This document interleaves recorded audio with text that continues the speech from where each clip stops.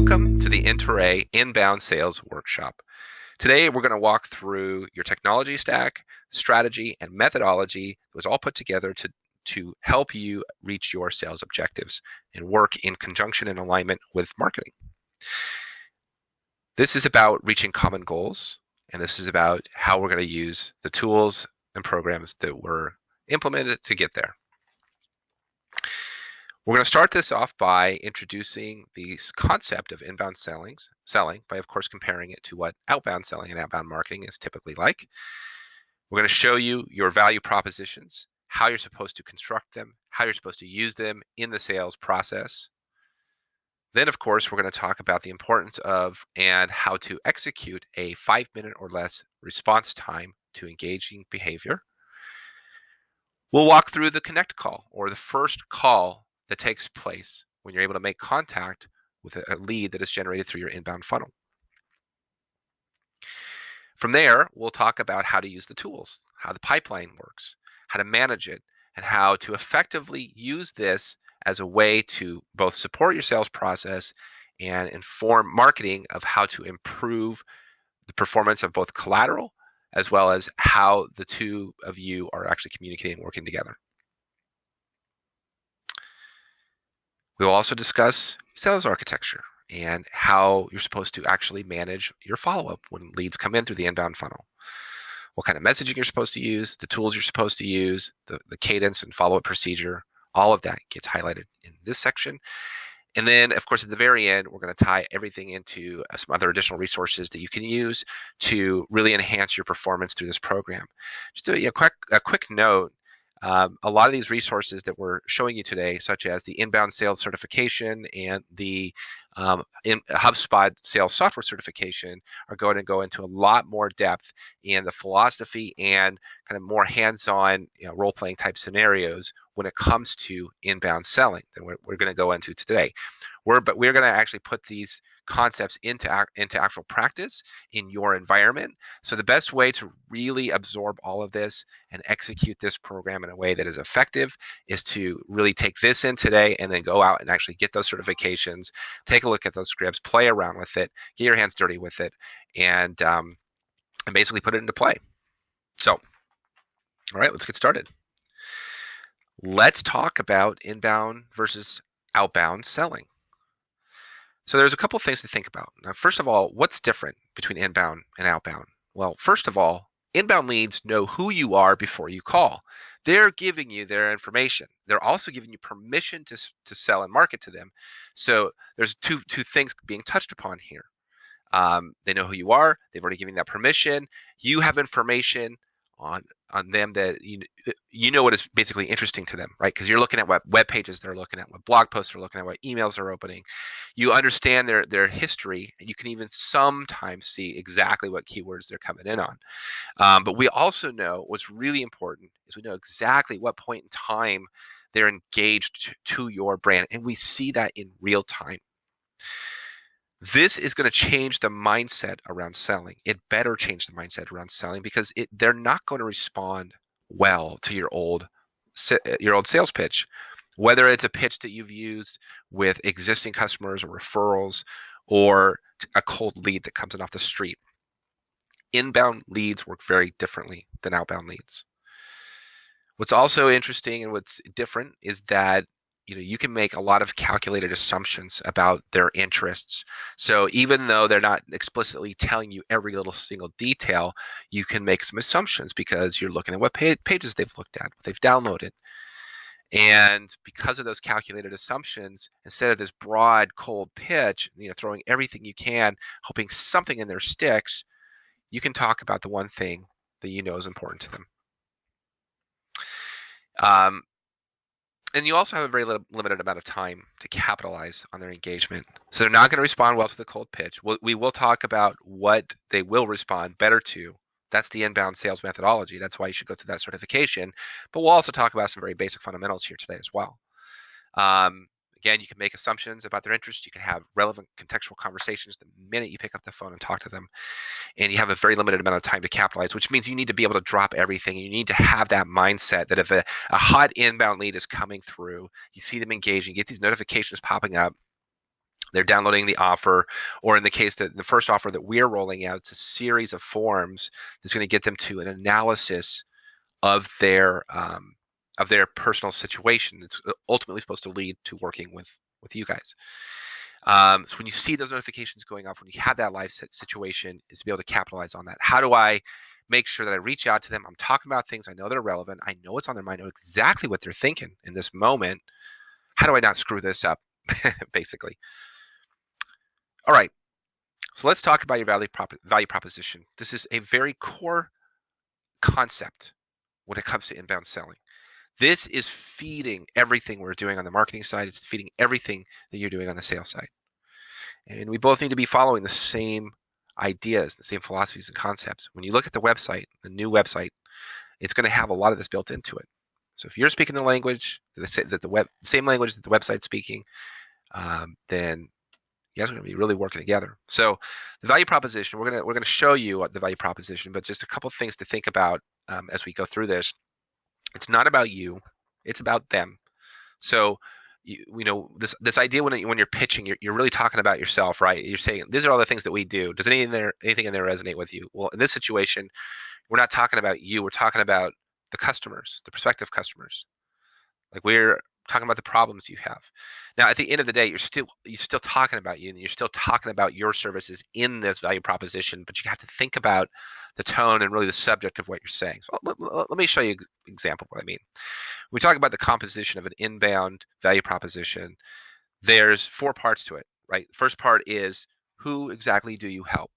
We help life sciences companies. We help Fortune 50 life sciences companies. We help biotech life sciences companies. Whatever it is that kind of fill in the blank statement is, that's who we help. So immediately you're talking about them. What relatable things are they investing in or exploring? Well, that's when you look at the experience that they've had on your website, the blog posts, the thing that they've downloaded, the web pages they've looked at, and so, and of course, what they've downloaded. Yeah, though I said that, but the things, the way that they've responded in that offer. So this first offer, we're asking a lot of very detailed questions, and they're giving it to us. And so you should look at that and see exactly what they're telling you the problem is and what their goals are, what they're frustrated with. All of that gets laid out in there. And then the end of that, the fourth part of this is there's a validation. Does that sound like you? Okay, so let's go into it and show you kind of putting it together. So we help company size, reach, or other. So when you're looking at this individual company, you're thinking about what makes them different, unique, what makes it so it sounds like you specialize in this type or size of lifestyle. It's this company. Everybody wants to think that they're special and unique, and you've got to make it seem like you know who they are, and you're talking about them in a way that they understand. So this is who we work with, and that are putting time and energy into XYZ. So we got 2 more fill in the blank spots here, as you can see, that are challenged to fill in the blank.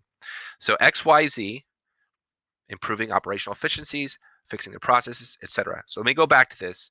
Now that you've seen that, this might make sort of more sense. We help life sciences companies that are putting time and energy into launching new therapies,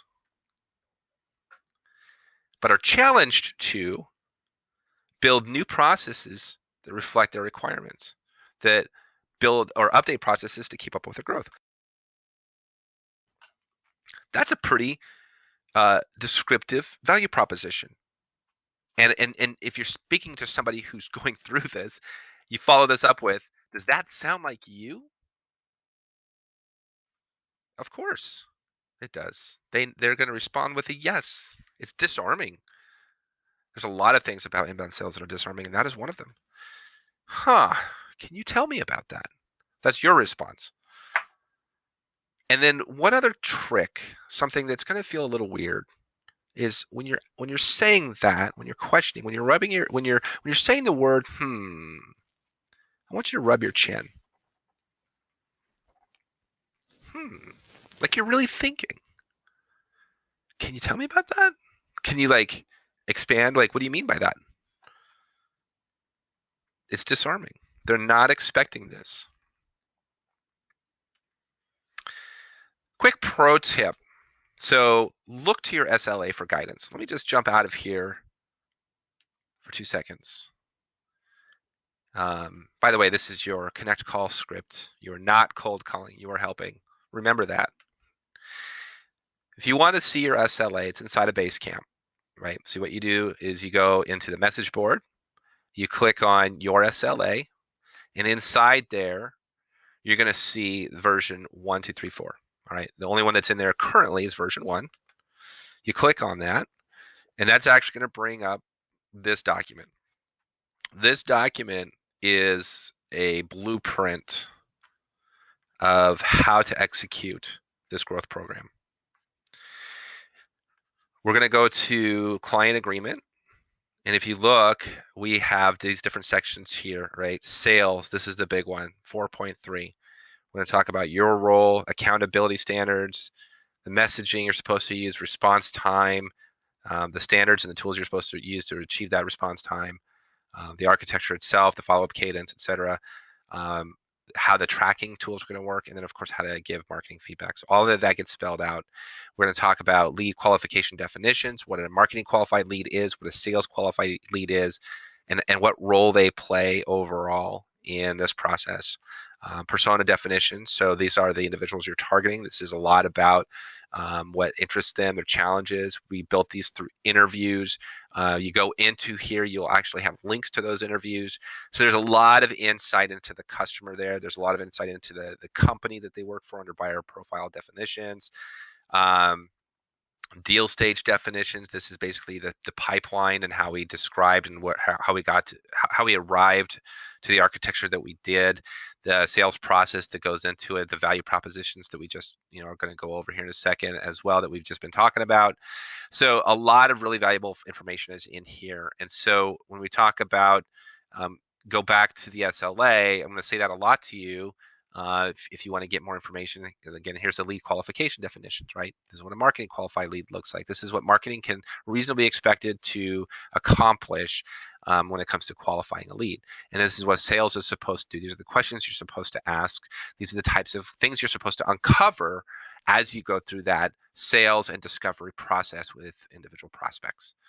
So really, really great tool. And again, going down here, you will see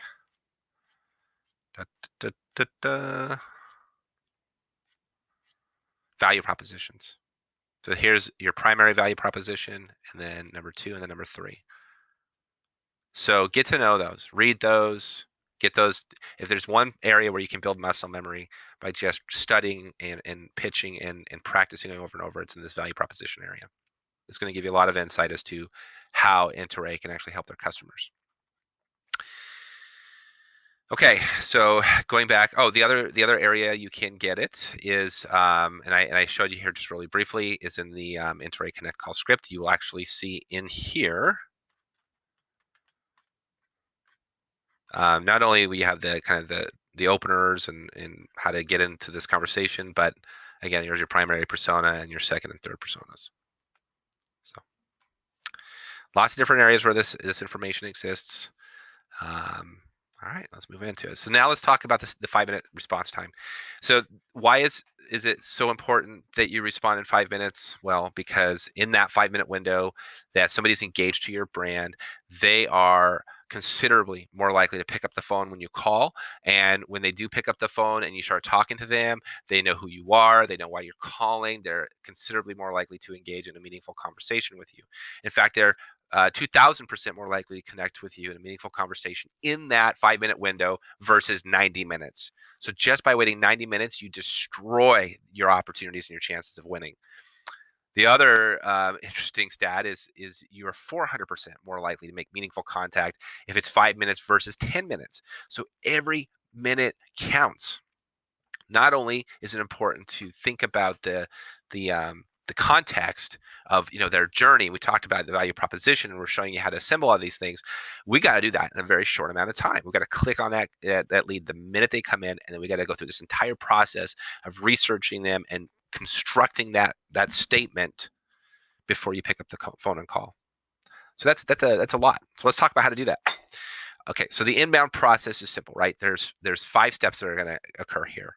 Step 1 is you get the notification that something happened, something really important happened. They converted online. They're looking at a very important web page. They're looking at your script. Not your script, your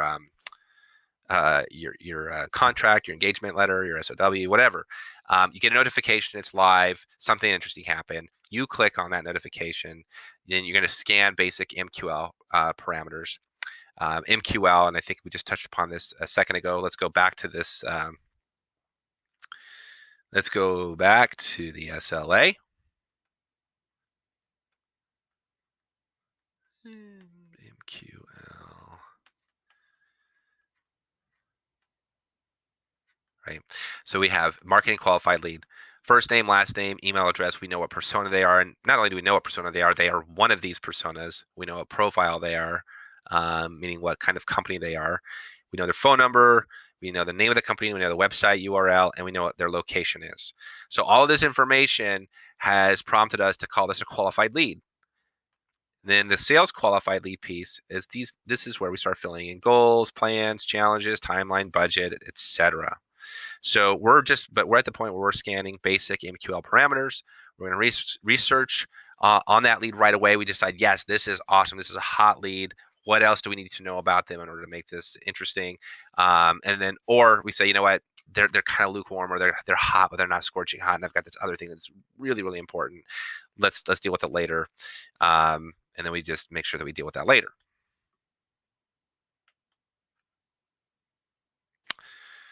So,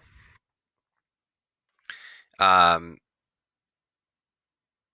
then of course the last step, call. Sorry. And then of course we'll show you the connect call script. So let's talk about this. So we go through this process. Step one, the notification. It's going to show up on your desktop. It's going to show up on your phone. Make sure that you actually have it turned on. So let's go inside of HubSpot right now. So we're going to go click on this gear icon, and that's the settings. And then we're going to go where it says notifications. And I want you to do this. I want you to pause as soon as we're done with this and go ahead and do this yourself. Click on, make sure that desktop, email, floating, mobile, all that is turned on. Notification center is turned on. Floating notifications down. Yes. All of this. Yes, yes, yes. Then when it comes down to leads, I suggest putting it on only leads you own, unless there's a very specific reason and you have higher level access that even allows you to see other leads. This is the one that you should put it on. How are you going to see these notifications? I would say start with everything and then peel it back. Once you start getting overloaded with notifications, you get 5 different ones. Well, let's just, okay, which is the most effective? Turn everything else off. We don't want it to be annoying. We just need it to be effective. So start with all leads. I'm sorry, email, real-time alerts, everything. And then if you want, take it off because maybe your email is getting overloaded with it. And then, yeah, just make sure everything is turned on. Okay, everything that you can. Some things may be grayed out because maybe you don't have access to that thing, and that's fine too. So there you go. You also want to download the app on your phone, the HubSpot Sales app. So sign in on the same sign in that you've done on the desktop, and it's actually a really interesting tool because not only can you call people through the app and then of course log your notes and have all that information at your fingertips, but it has caller ID. So it will actually tell you when a client or a prospect is calling, and it'll give you the option to click right into the CRM when they're calling. So you can, again, pull up all that information and have all those insights available to you at your fingertips, even when you're not at your desk. So make sure you turn that on, and then of course on both of these, there's going to be other settings on your computer that you need to make sure that are turned on. You know, like you don't have your Do Not Disturb turned on, and then make sure the HubSpot app is allowed to give notifications. So it's really make sure you go through this process because these notifications are step one in that 5-minute turnaround. This is what some of those notifications are going to look like. You've got the email notification at the top here, and then the desktop notifications. This is what pops up on my computer. On my phone underneath that, and then to the right, this is the inside of the email notification. And you'll notice that pretty much everywhere you go, you can actually click on these notifications. It'll take you right into the action in the CRM, whether you're on your phone or on your computer. And on the desktop notification, you can actually go straight into calling that individual. So it's really just trying to connect you to the activity inside the tool as quickly as possible, no matter where you are. This is step one or step two to making that 5-minute turnaround time possible. Step three is now that you're in the tool, On the right-hand side, you'll see the name of the individual. This is actually straight out of the HubSpot tool. And you'll see underneath where it says about this contact, you got all sorts of information. And so when you're inside HubSpot and you're looking at a lead, then you can go through that MQL parameter and decide, is this person worthy of my time, right? We've got their first name, last name. Remember, we were looking at this in the SLA a minute ago. We've got all the information we need to know about them to make them an MQL. Yes, they are. Good. Let's go after them. So really quick, let's take a pause and let's set up an important tool. So we're going to go back and we're going to go into your contacts. So what you do to get here is you click on contacts and then click on contacts. I know that seems a little repetitive, but that's what you do. Then once inside, you're going to go and actually hit. You're going to see these little lead views on the left, or that's what I call them: all contacts and all saved filters. Well, I'll say filters is not a lead view, but you might have like 3 or 4 under. Like one might say my contacts, and you want to take them all off except all contacts. And you do that by clicking on it, going into options, and say remove from favorites. But they're not going to let me because this is my last one. So, but for you, you can go and remove everything except all contacts. And then what we're going to do is we're going to go to all saved filters, and you're going to look under where it says created by others. And you're going to see these 4. You'll probably see these 4 as well, but let's just focus on these 4 right here. Let's go ahead and just click on MQLs. And you'll see that we're only seeing the leads that actually have all of these properties filled in that meet the threshold of the MQL that we decided that exists, again, inside the SLA right here, MQL. So that's all we're seeing. The next thing I want you to do is I want you to pin this lead view to your the left side here. So what you do is you click options, add to favorites, and now it's over here on the left. And we're going to do this one more time. Click again, all saved filters, created by others. Now I'm the one that created these, so that's why it says it under created by me here. But for you, it's going to say created by others, and you're going to click on SQLs.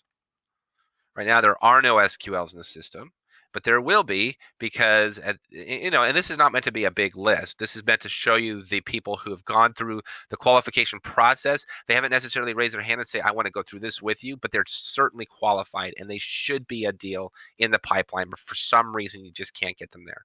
So that's what the SQL parameters really defines. And so this shouldn't be a long list, but over time, I imagine it's going to get up there, maybe 5, 10, 15, 20 people at a time. So anyway, so go ahead and bring that up. Again, add this to your favorites. All right. And then there's one more thing I want you to go back to MQLs and then go ahead and click options again. And this time we're going to say make default. So now, no matter where I'm coming in from, when I click on contacts, it's actually going to take me right to my MQLs list. Pretty cool, huh? And so let's go ahead and open up that contact. All right, go back to the training. So now we're in research mode. So this lead comes in, this individual, you get this notification, you click on it. Now you're inside HubSpot, and you're going to go ahead and do a little bit of research. So the first thing I would say you do, of course, is look at what information they gave us. So go check out the left column here, see what came in through that form, because some of these questions from time to time are going to find themselves onto the form, especially if they filled out the content offer that we're building right now, which is a series of forms, asks a lot of different questions about the business, and at the end of it gives them an assessment of their process improvement planning that they're in the middle of doing, or that we're assuming they're in the middle of doing because they're filling out these forms. And so a lot of this is actually going to get populated because of that. But I would also recommend going into their history right here and actually clicking and opening any of those form submissions, click on them, and it'll show you the details of what they said in those form submissions. So you're going to get a ton of information just by looking at what they've done on your website, how they've engaged with your content. That's how we've designed this first content offer, and that's really the beauty of inbound to begin with. But we're still also going to do a little bit of external research. So the first thing I'd say, once you've done all of that, is go up here where it says actions and click on search in Google. It's going to put the first and last name of that individual along with the company name, if you have it, into that Google search. And then, of course, it's going to pull up all the relevant things that come up based on that. LinkedIn for us is a really good tool because a lot of your contacts are going to live in LinkedIn, and there's a lot of favorable things that have happened with your website through LinkedIn. And this is probably not surprising to hear. So go to LinkedIn, check them out, do your research. And then one other thing that's really interesting at this point, once you're in LinkedIn, is this is when it's time to ask Crystal what this person is all about. So I'm going to reach out to this person. So far, I'm liking everything that they're saying. I definitely want to call them, but I want to make sure that I don't push them off because I'm not approaching them the right way. And it's so hard to assess. How do I connect with their personality? I don't know what their personality is. I can kind of make some assumptions. Well, I have a tool that I use and we recommend that you use, and it's called Crystal Knows, crystalknows.com. And then you can see over here where it says view personality. And this is the Crystal Knows tool. So I'm going to click on that, and it's just a Chrome extension. You go to the website, you download it, you install it. You get 10 free scans per month, or it's like $29 a month to get unlimited scans. What is a scan? Well, let me show you. So you click view personality, and it's going to tell me what kind of person this individual is. It's also going to ask questions so I can kind of segment these contexts and look at them on the back end later. But this person's captain. So Lucas tends to work methodically, but work aggressively towards goals with a strong preference for efficiency. Now, I'd say that's absolutely true. He likes victory. He avoids stagnation.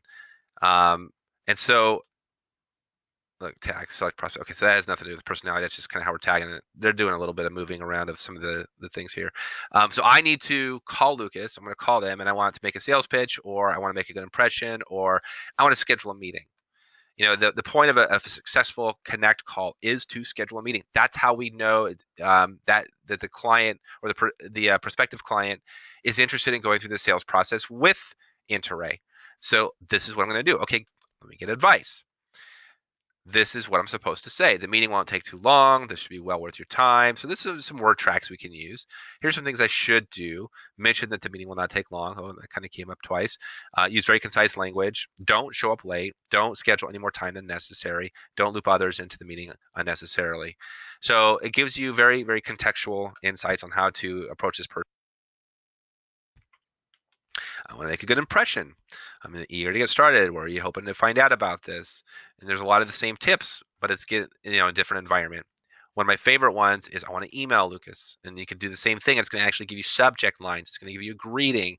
So when we're doing the email follow-up, we have some tips on how to reach out to this person and hit them in a way that their psyche can appreciate all through this. So it's crystalknows.com. Make sure you install it. And then once you've actually gone through this assessment inside of LinkedIn, you go back into HubSpot. This button will be there, and it'll be there beforehand, but it won't actually do anything until you've scanned this individual inside of LinkedIn first. So now that I've scanned them inside of LinkedIn, I come in here, I click View Personality, so I don't have to go into LinkedIn every time. And again, it gives me that quick insight. Bam, bam, bam. Beautiful. Right? So those are the things you want to do now. Then you go ahead and hit call. So that's the quick bit of research that I do. So you can see hopefully now where we're understanding a little bit more about their goals and challenges because we're looking at their history here. We're able to assemble that value proposition, and we're able to do all of this and come up with a meaningful conversation within 5 minutes or less of that lead being generated. So now let's talk about the call itself. So you're going to go back in, right? And we're going to hit this call button. Now, the first time you do it, it's going to ask you to set up a phone, and you want to say yes. You want to make your calls through HubSpot. This is important. If you need the tools, just talk to your sales leaders. But this is a very important and valuable part of this tool set because we can actually record the calls, which are great for going back later and listening to things that maybe you didn't catch on the first time. Gives you context. It brings us back to kind of where we wanted to go, and you're taking notes on the same contact record. And it just gets you in the habit of using the system. And when you use the system, the more you use it, the more it's going to help you close deals. So make sure you go ahead and connect your phone. It's very simple. You're just going to go ahead and give it your number, and then it's going to ask you, it's going to tell you that it's going to call you. You put in an access code. The next thing you know, you can do it.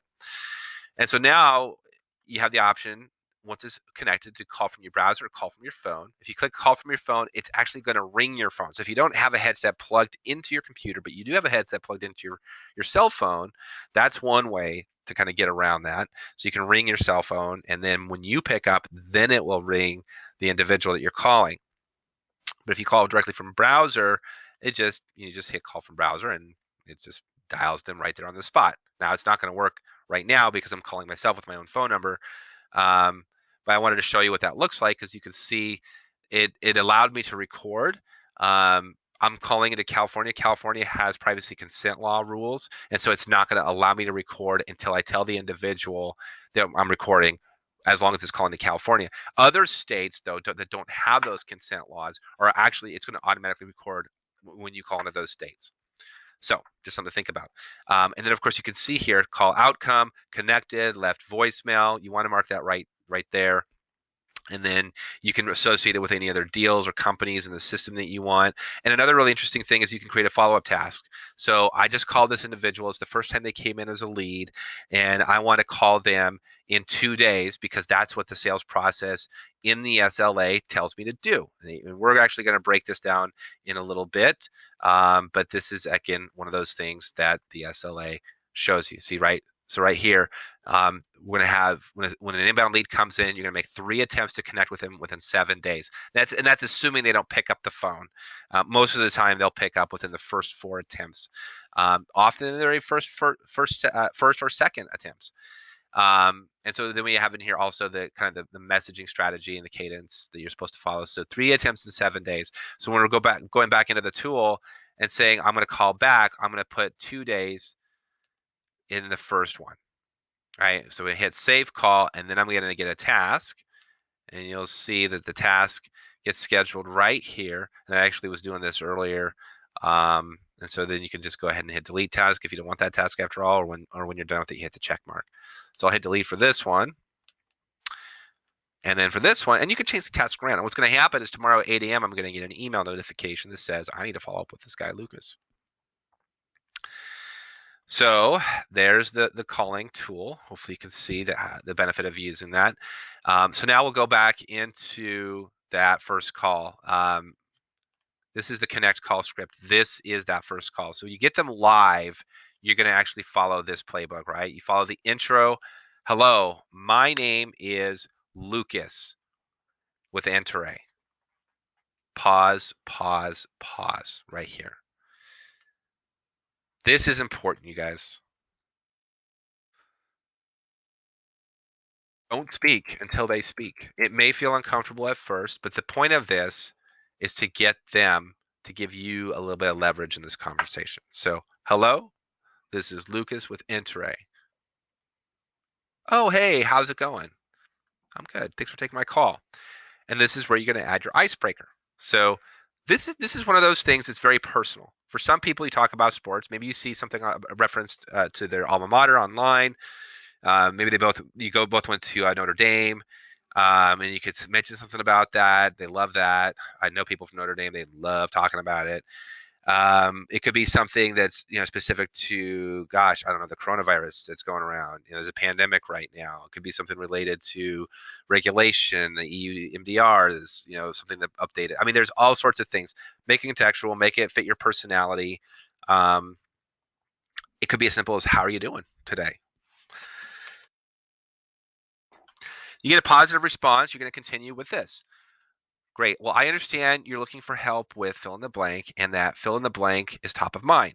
Well, what is this fill in the blank? This is when we go back to looking at their experience. What did they look at? What pages did they look at? What blogs did they read?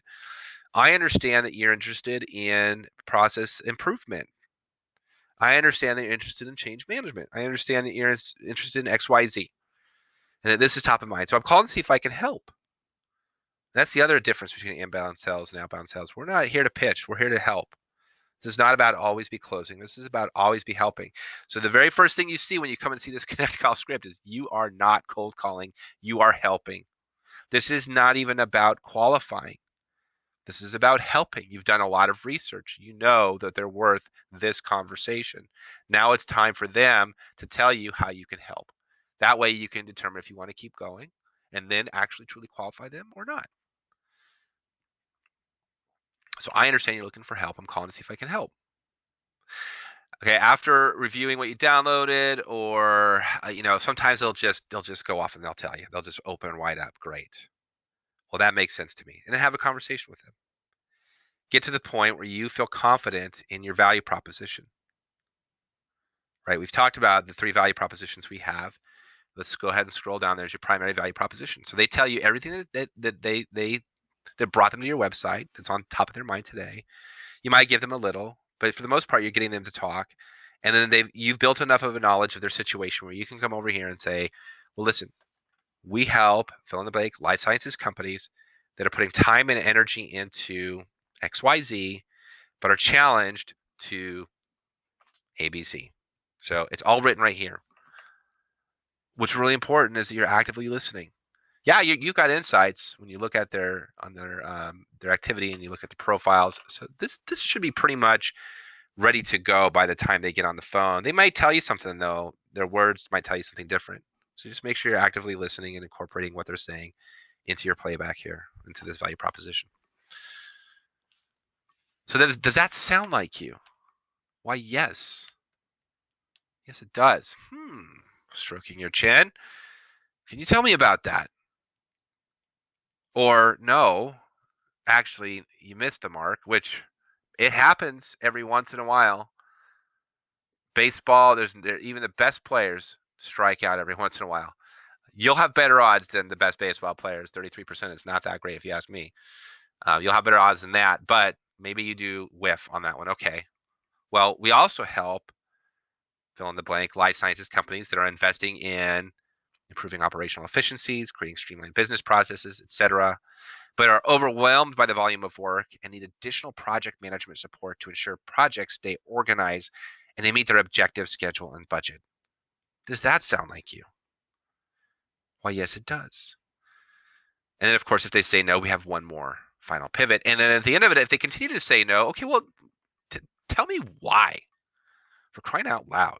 But no, seriously, tell me why. What is it that you are looking to accomplish? And maybe they tell you something that isn't interesting to Enterey. Maybe the solution they're looking for is so far out and they're not willing to go anywhere else. They're not a right fit. That's going to happen. Not every lead that comes in is going to be the right fit. We have to come with that mindset. It's okay to even say that. We're not a one-size-fits-all solution. We don't fit everybody. Sometimes the thing that we don't fit is the culture or whatever it is you start kind of picking up on, that you kind of see the strength of Enterey. This is the strength of the organization, the strength of the service, the strength of your team.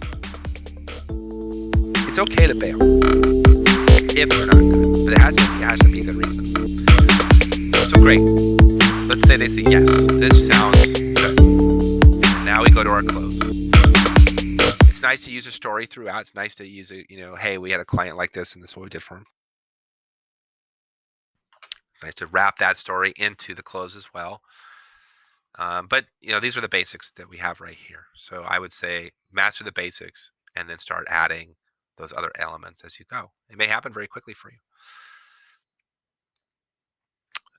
Here's a top-down look at your formula. Unlike a typical life sciences management consulting firm, we are different because of these reasons. And I would say this is where you kind of focus, again, back to that value proposition.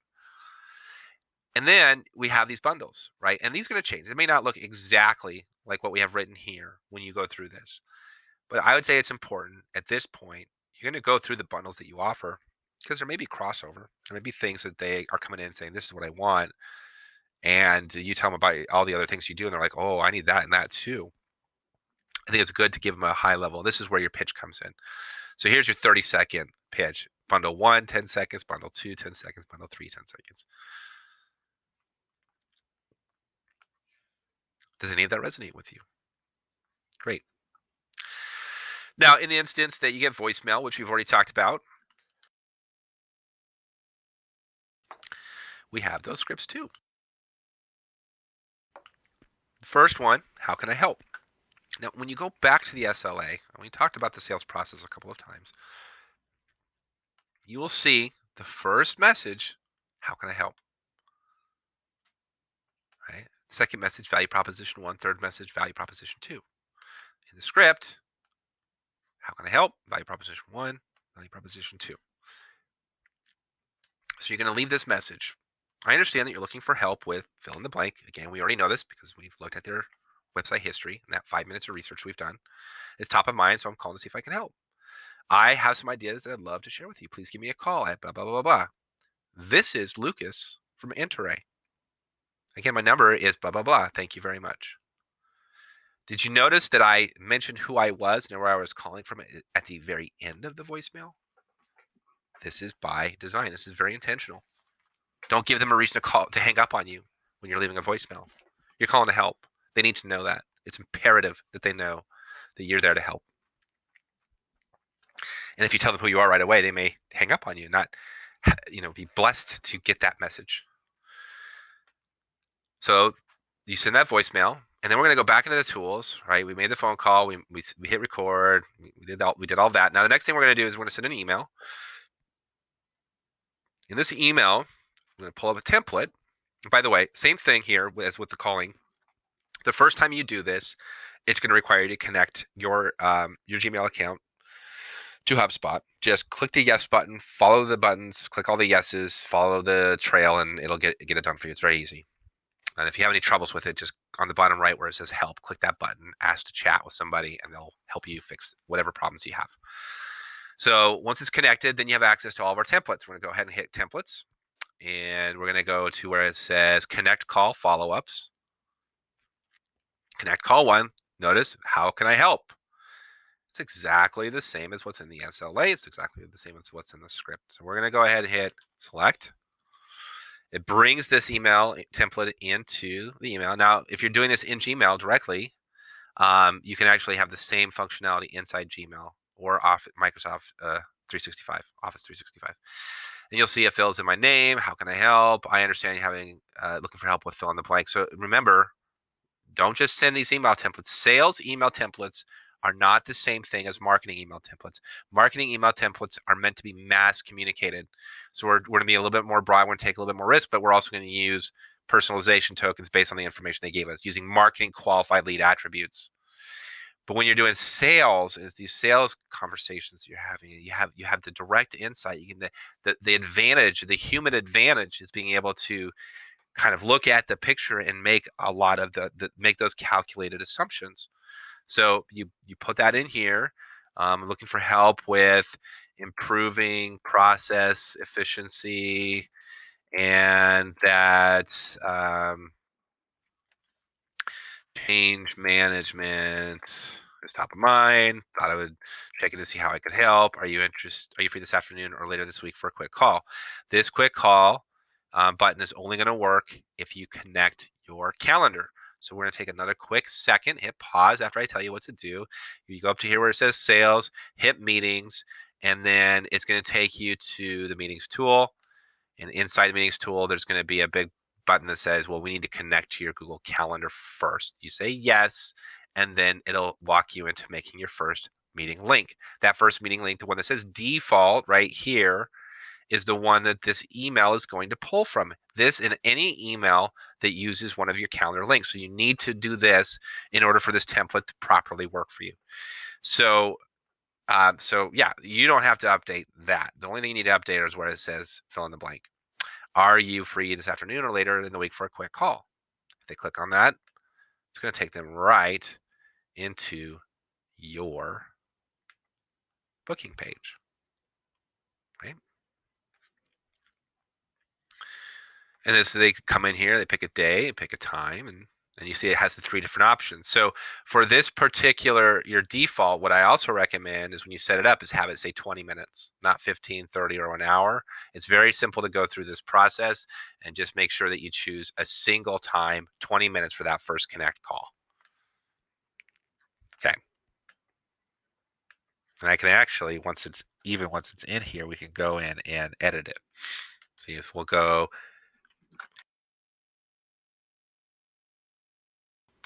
and we click on it. I can actually make this 20 minutes and delete these. 20 minutes connect.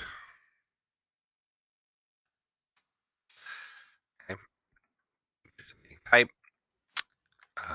This is the pre-qualification stage. And that's it. So we hit save, and now my meeting link is going to be for 20 minutes. So we change this. I think now it says 20 minutes. Meet with Lucas Hammond. So that line where it says meet with Lucas Hammond, that's the top line. So there you go.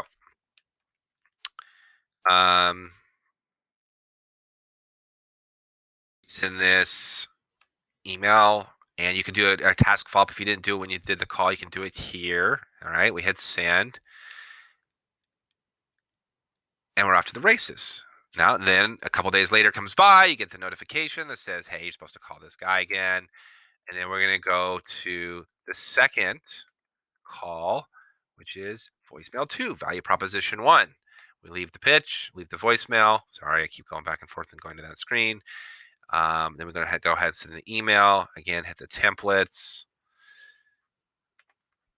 connect call follow-ups, attempt number 2, value proposition 1, and see how it has it. Again, I need to come in here and I need to pull out the things that's supposed to be there and get rid of everything else. Make sure you do that. And that is it.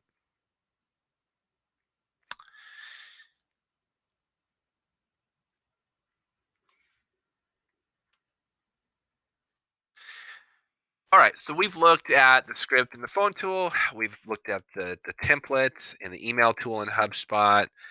Now let's check out the chat tool. This is something else where you're going to get notifications because we have all of these chat bots all over the website.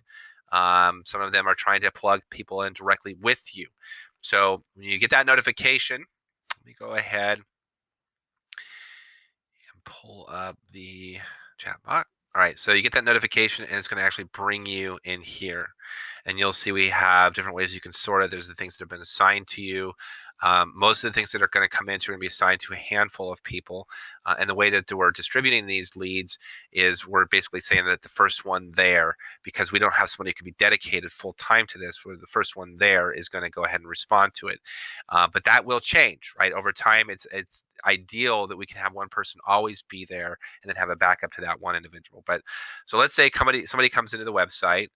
Let me go ahead and open your website. Right, and let me open this back up again. And somebody says, oh.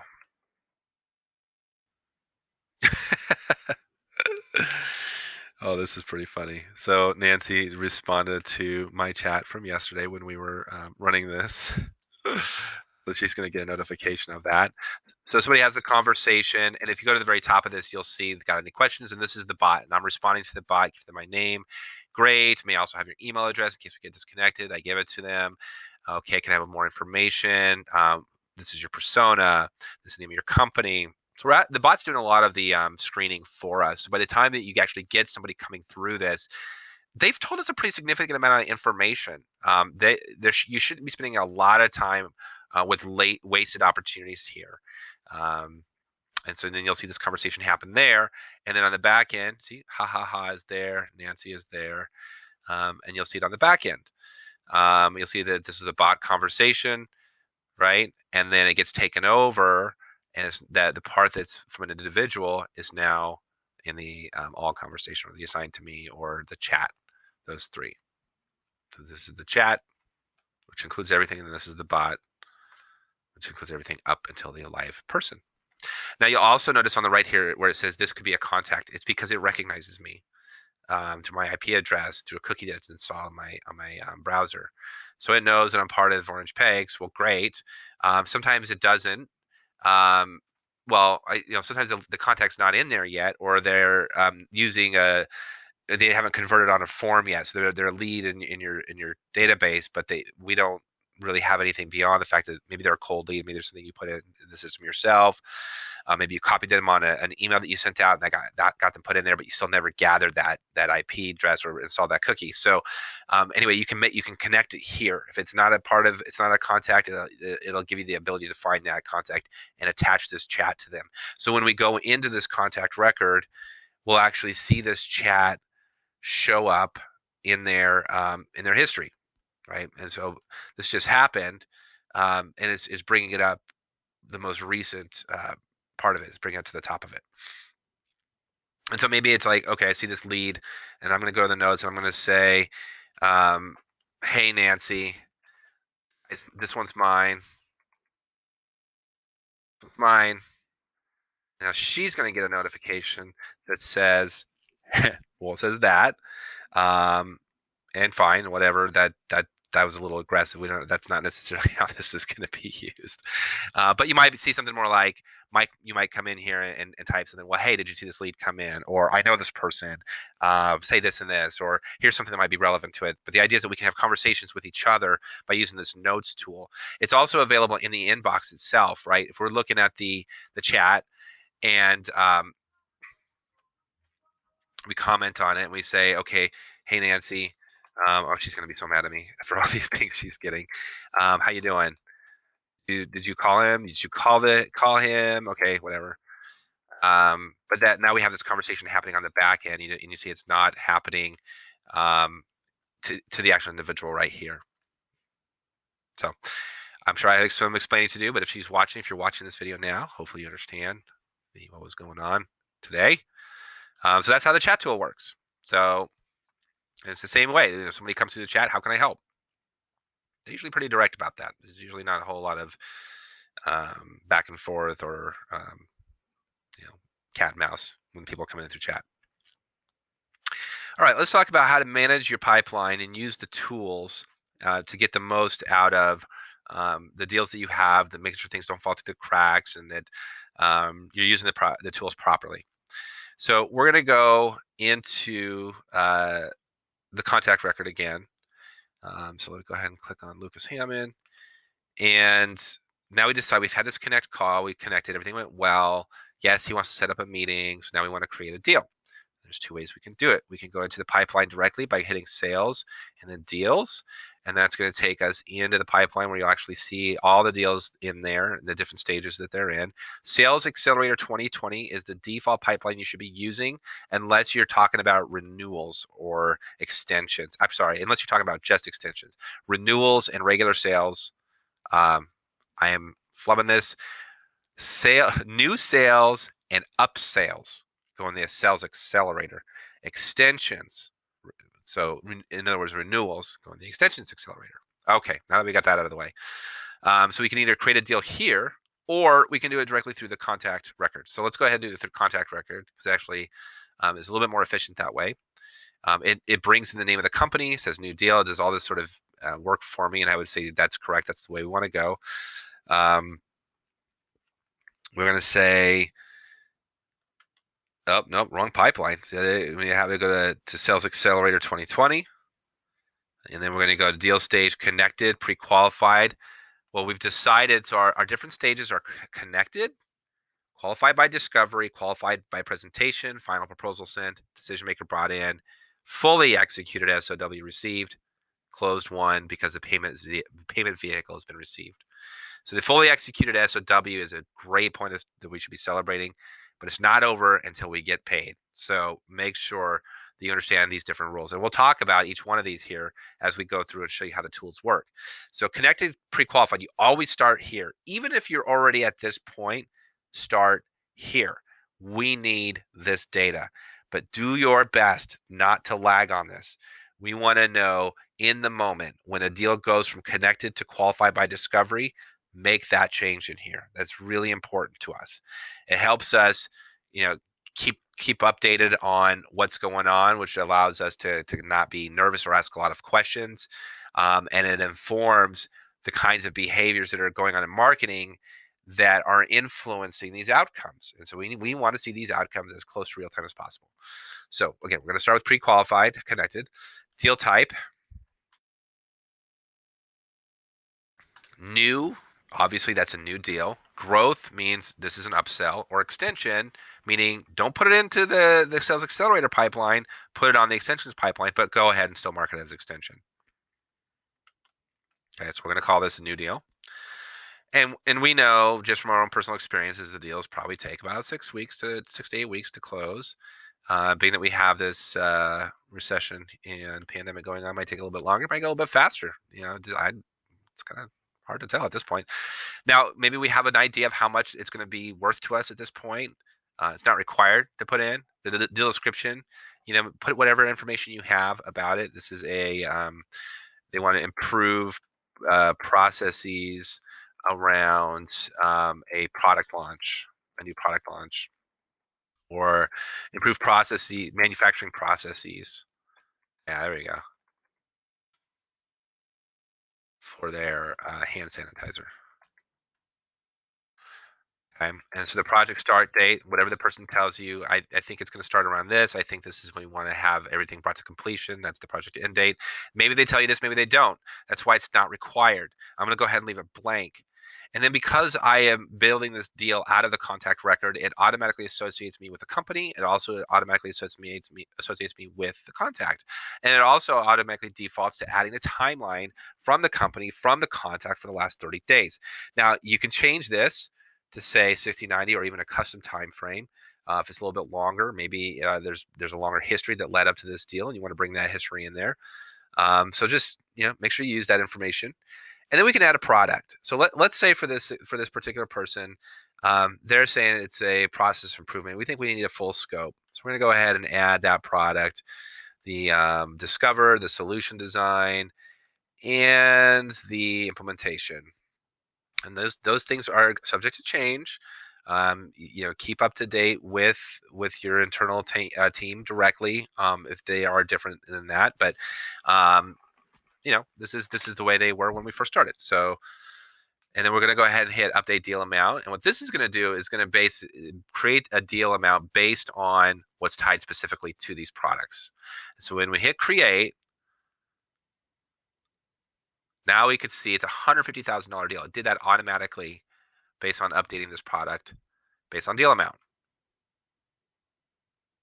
Okay, so now we've got this deal, and we brought in notes. You see, here's the chat from before. Here's the email from before. And we have all this history that we're now bringing in here. And so now we've had the first discovery call. Let me click over here real quick. So by the way, we have a script for the discovery call. Basically, we take the takeaways. If you look at the email that you send, let's go ahead and use the template. So we had a discovery call, so we're going to go use the deal follow-up emails. And we're going to, I'm getting a little ahead because there's a success call. Well, that's fine. So, that's right. Sorry. Rewind. So we're going into the discovery call at this point, which means we've had a successful connect call. And so we're going to, after that first successful connect call, we're going to send this follow-up email. So we bring this email template up, we hit select, and then you see here that there's this section. My key takeaways were the pandemic. As Panda has you scrambling to get everybody cloud. You lack internal project management expertise. Bandwidth. How about bandwidth? Okay. And then one other. And then are we on track so far? For reference, there's a link to our services one sheet. So you can actually upload documents in here, and you may end up deleting this at first. I think ideally at some point we're going to have this linked to a document or whatever kind of tool that you want to use that day. You can link it up to here. You just upload it into HubSpot using the documents tool, and then you go into documents and you access it here. Case studies are all sorts of things that are in here. Okay, or we just delete it. So again, this is something you're supposed to be able to customize. Then we're asking this question: are we on track so far? We want a little bit of validation. We want them to tell us yes or no. And then, of course, you should have already received an invite to our next call. Please let me know if you don't. Look forward to meeting you in person. So this is, again, the template. The thing that you're supposed to change is this spot right here. So then when we go into that discovery call and we're saying, hey, these were our key takeaways, then we just take that and we paste it in there. And now we've got, hey, these are our key takeaways. So this is how we start this conversation. Now, of course, before the discovery calls, it's helpful to do a little bit of other research. I would set aside, maybe 10 minutes going into this. One, to refamiliarize yourself with that first conversation. Maybe go do that crystal assessment again, crystal nose assessment again. But, learn a little bit more about their industry, learn about what you can, maybe their kind of chain of command or what verticals they might work in. What other research you might come up with. This isn't always going to be easy, but try to do as much as you can to prepare. At the very, very minimal, if you want to just be very acquainted with that first conversation, especially if this connect call happens, a week before the discovery call. And then, of course, you can provide them the agenda of the call today. This is what we're going to talk about. This is what we're going to do. And then we have a series of questions that we want you to answer. Because this is going to tell us how we should be approaching the project and how we should be scoping the project. So that all gets done there. And then, so you have a successful, let's go back into, all right, I'm not going to necessarily send that. Is that deal? Did I make this deal? Let's hit refresh. All right, there's the deal. Again, we can also just go into the deals pipeline. And voila, you'll see Orange Pegs Media, new deal. So we had the call, everything went great. Now we're going to move it from connected, pre-qualified to qualified by discovery. And during this call, we're going to learn about goals. They want to reduce risks. They want to add some structure to process. Fantastic. We have challenges. Growing so fast, no time to think. Fantastic. Budget. They want to throw $150,000 at this. That's okay. That's awesome. Okay, plans, SQL. Well, we're going to be developing and executing this plan. What is the actual plan? And then this is project details. Details discussed. Okay. What's their location? City and state. So it's Orange, California. Sorry, Orange, California. And then make sure that you add this deal to the proper child. So that what this is basically reminding us to do is when we look at the company that's attached to this deal, because we're working with such large organizations, we don't want to just have their corporate headquarters attached to it. We want the individual child company attached to it. So this is a reminder for that. Okay, fantastic. Resource requirements. I think we're going to need one program manager, 5 project managers, et cetera, et cetera. Spell it out. Just based on what you know. Again, it's a connect call. You may not get that information. It's not required. We're not necessarily qualifying. I'm sorry, this is the discovery call. Yeah, it's qualified by discovery. So this is the kind of thing that we should start being able to spell out, but we may not have it fully fleshed out at this point. My apologies. All right, project start date. We should have more color on that. So let's say it's the 13th. Project end date. Let's say it's the end of the year. Okay. And this deal came in through, it was an inbound lead. All right, fantastic. We hit save. And now you'll go into the pipeline over here and you'll see this deal has been brought to the qualified by discovery. Again, same thing as before. Now we're going to send out a follow-up email. If we do it directly through the deal and there's only one contact, it'll automatically assign to that contact. If there's multiple contacts, you can actually add all of those contacts from here. Again, we're going to go to templates and we're going to go back into the deal follow-up emails. Successful discovery meeting follow-up. Lucas, thanks again for taking the time to meet with me today. I enjoyed getting to know you and feel that much from a grasp of your business challenges, what you envision for the future, and how we can help. Here are key takeaways. Now, we've kind of filled out some cheaters in here. We want the business, company, and department overview. We want to know the company size. We want to know anything else they crow about. What are they proud of? What are they excited about? Here are your goals. This is your material goal. This is the most important goal, or what we call in growth hacking, your North Star metric. This is what gets you out of bed every day, and this is why we're even talking. And then these are the things that support that goal. So if the goal is efficiency or process improvement, what are some of the other things that go into that they also want to accomplish that help them achieve that? their plans. These are the things that they're thinking about doing. So again, this is all pre-populated. Here's your challenges, and then we have a little bit of homework. And so it's really important that you get them to tie down at this point to make sure that they're paying attention. Like, this is a pretty in-depth analysis, and you need them to say, yes, this is all true, especially if there's any desire from them to generate a proposal or to get something formal in place in terms of a work document.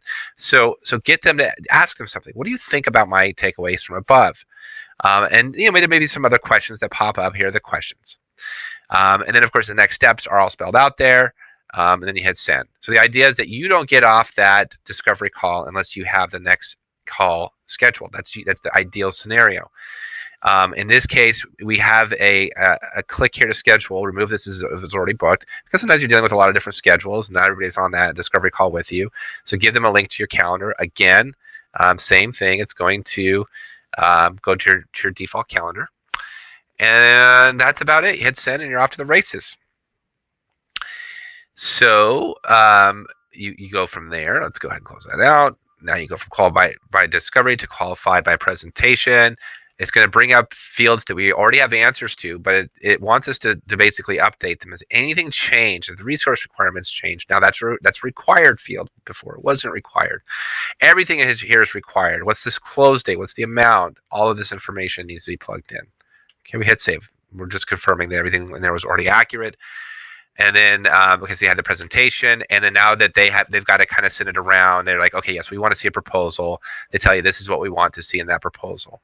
Again, we have the qualified by presentation follow-up email. We also have the proposal follow-up email. So every step you go through, just make sure you continue to fill out these fields and follow that protocol. And that's it. That's the key to using this. You'll notice that all those SQLs end up in the left-hand column, right? And you'll notice that, you can change. So we said before, this is inside the deal. We can only associate one company to the deal record. So we're going to want to make sure that it is the child company. And so you just got to make sure it has the right address. If that one's not in the system at all, you add it. And then when you're in the company itself, you see it shows the contacts that are associated with them. You find add parent company or add a child company. So if this is the parent company, this is the corporate headquarters, and we don't have the child company in the system, you hit add child company, and to see orange pegs, right? And you can either pull it up. In this case, you're going to have to add the company if it's not in there. So you need to add the company, and if it's not in the system, add it, and then add it as a child company here. So make sure you have it attached to the right company. This is the point.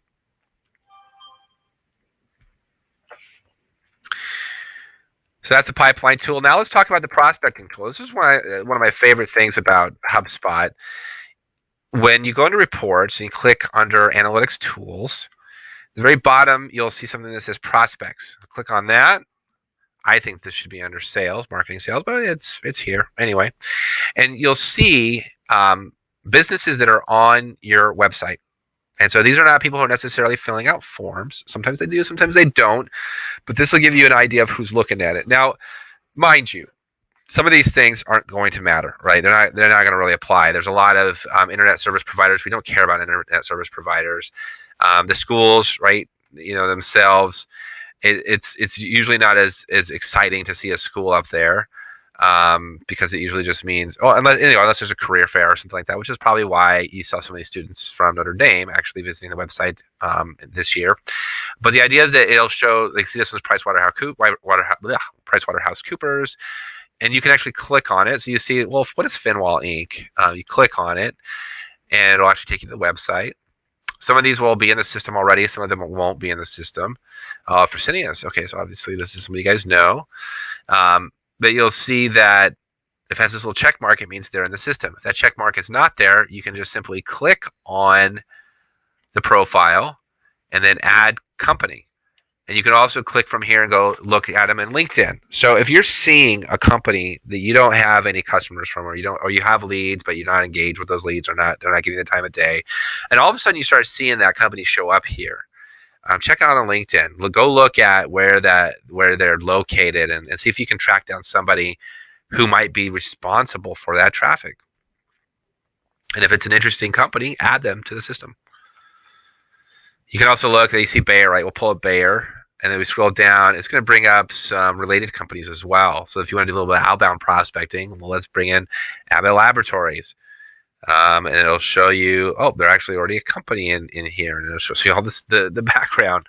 But you might see somebody in there that we don't have in the system yet, and then that would be a good place to put them. So that's it. So how the prospecting tool works just like the contact tool, because you can see here, you can actually add this. This would be a lead view, just like anything else. You go to all save filters, created by me, created by others. We haven't created any in here, but you could create a filter based on these companies and then save that filter. So let's say the city is Irvine. Hit save. We hit apply filter. And we're going to save this filter, and we want to say Irvine prospects. Hit save. I want everyone to see it. Right? And now we have all the people in Irvine who are looking at our website. The last, look, St. Joseph, Edwards Life Sciences. That's pretty good. St. Joseph Health.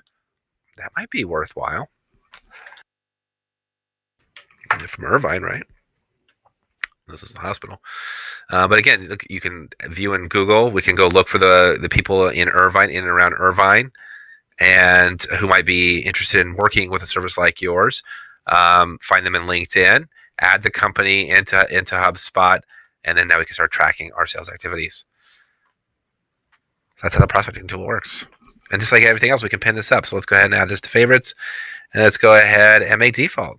So first thing I see when I come to the prospects tool is Irvine prospects. So that is the prospecting tool.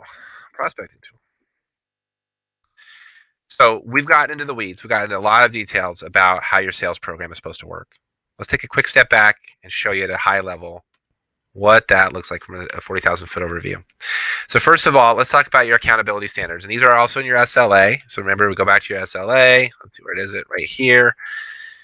Accountability standards are listed right here. No, they're not. See, sales cadence messaging. I think it's actually it's up here. It's up here. It's in here. Anyway, it's in here. I promise. It's in here. So the accountability standards review the inbound leads within 5 minutes of receipt. Treat inbound leads as a top priority. Drop everything if you can, obviously within reason, but there ought to be really good reason when a hot lead comes in, it's engaging with your website, engaging in bottom of funnel behaviors. There should be a really good reason why you wouldn't call them. Qualify leads with SQL protocol outlined in this document. So I should also say that get the MQL protocol outlined as well, but the whole point of sales is to qualify it for a sales purpose. So get that, follow that protocol in here. Sales commits to connecting with leads. So these are the commitments you're making. Within 5 minutes of lead assignment, within 6 for the MQLs. Sometimes when you're looking at a lead and you're deciding whether they're an MQL or not, you might fill out some of that information. You might be the one to put in the URL, the website, or the company name, and that still counts because it's having that information that makes it a marketing qualified lead.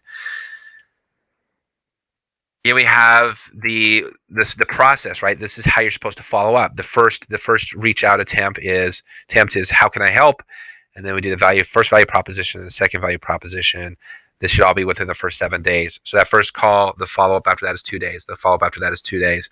Follow-up after that, going to the second week, is 2 calls within the second week. So it's every 3 days all of a sudden. And again, there's the type of call. And again, you have the script. Make sure you lean into the script. Make sure you lean into the email template follow-ups.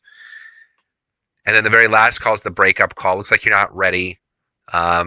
You're not, it looks like you exhibited buyer behavior is what you're saying, but you're not really ready to engage in these types of discussions. So that's okay. And that's okay. It's not everybody's going to be a win today. And it's important to respect and respect the individual leads that are coming in. They may be a good lead later on. They may be a customer later on, and you don't want to burn that bridge because they didn't just happen to be ready today. Or maybe you weren't fast enough to get get to what was on deck for them today. So make sure you hit that 5-minute turnaround. Make sure you use the tools. Make sure you use HubSpot for calling. Make sure you use HubSpot for emails. Use those email templates. Those email templates, what's so exciting to us as marketers is we get to actually improve the way those emails work. So let me show you what I mean. So one of the things we get to see, let me go into analytics tools, and we're going to go into sales content analytics. And this is going to show us what kind of traction these emails are getting, how effective these emails are. So those email templates we created for you, right? And we're going to be able to get data on them. So the more you use them, the more data we get. And then we can go back later and say, well, look at this one. It gets, set out of 11 sends, there's been 7 opens. Well, that's not a terrible open rate. But let's say out of 9 sends, there's only been 3 opens. Now, it's not a ton of data. So there's not statistical significance isn't quite there. I mean, we'll take what we can get, but again, the more you use it, the more we learn about the way people interact with this particular piece of collateral. So you should use it. So make sure you use those templates as much as you can. And if you're finding that it doesn't really fall in line, it doesn't fit your personal sales style, then reach out to your lead and maybe we can update them. But we do have a very specific type of communication and protocol that we're following here that we want you to follow because we take a very scientific approach to sales. And this is the way for us to do it, is to have consistency in the way it's delivered. And then, of course, to have data coming in and feeding our decisions and informing what we do next. So make sure you use that. Follow-up tasks are a great way to keep on track with your sales tools. Use the notes, use the documents tool. I know we didn't talk a lot about documents tool, so I'll just touch on it very briefly here. When you're doing a sales presentation and you want to send them something afterward, you upload it into this documents tool, and then we can access it through email, and then later on we can see how people are interacting with that particular piece of content, how effective it is. It tells us a lot of really important information. So we're getting there near the end. I know we've already kind of talked about the discovery meeting. Actually, we did go through this already, so I'm going to go ahead and move through it. The final thing here is additional resources. So I guess we got to the end of it. So we're at the end, and basically what you'll see inside this deck are different links. You've got the HubSpot sales software certification, the inbound sales certification. Those are the top 2 things I would recommend you do outside of this workshop, is to go through those certifications. Once this recording has been rendered and edited, there'll be a link to it through this workshop as well. The Connect call script is in here. The discovery call template is in here. And of course, your SLA that contains all processes outlined in this deck will also be located in the deck. That is the end of our presentation. We hope you found this useful and that you can use these tools to now close more deals at a higher velocity than ever before. Have a wonderful day and happy selling.